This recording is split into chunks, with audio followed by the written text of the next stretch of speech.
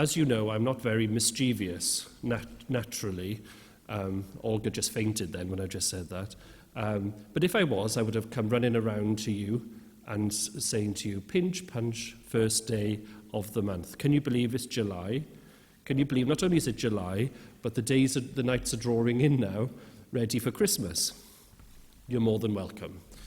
And so I can't believe that next week, sort of the first main week of July, I always go on my retreat, being a creature of habit that I am. And I was talking about it just before Mass, and I was talking about it to Carol the other day, and Carol was saying, how do you know what you're going to sort of talk about, think about, pray about? And it was quite a good question. And so I did sit down over the last few days and think about that question, because it's a very good question. And I think that one of the things that all of us, a good practice for all of us, is to do a spiritual MOT. We take our cars into the garage, don't we? It cost me 200 odd quid the last time, a couple of weeks ago. But we don't often stop for ourselves and pause and reflect upon ourselves, do we? Where we are at. To do that spiritual MOT. To look back with gratitude, to look back perhaps with sorrow, to thank God for the present, to refocus, to be able to hope for the future. So there's quite a lot going on in that spiritual MOT, which I invite you to do, to sit down with a bit of paper, to look back, to look now, and then to look ahead with hope.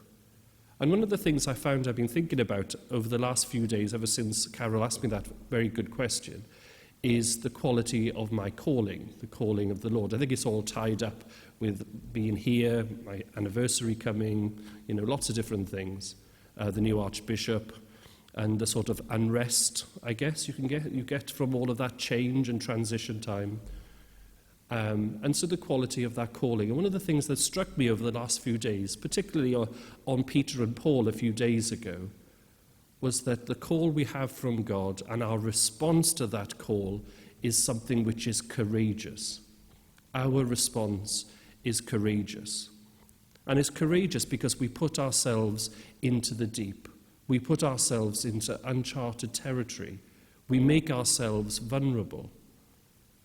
And one of the things, isn't it, is that vulnerability can be quite unsettling. And when we hold back from that vulnerability and we try to control that vulnerability for ourselves, that's where the danger lies, isn't it? That's where we try to do things off our own steam, and then we end up not being able to trust the Lord, to be able to hope and to be able to then move into that future as we reflect in those spiritual MOTs that we perhaps do.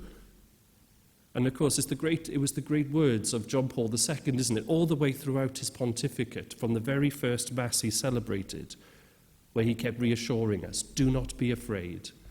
Do not be afraid to claim Christ as your Saviour. Do not be afraid to be that witness, to be that courageous witness to the gospel. And so as we experience that afresh today in our gospel, as we get that image of the calling of Matthew. I wonder if you were thinking about Caravaggio's picture. That's the image I had in my head from Rome.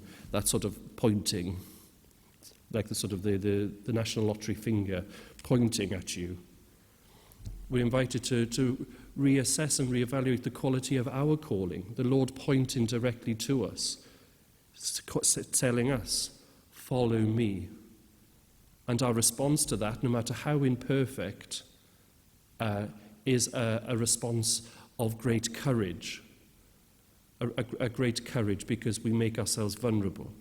And it's that courage and that vulnerability together which enables us to go out and to be those instruments of God, proclaiming his word rather than our own, rather than doing things of our own steam. Amen.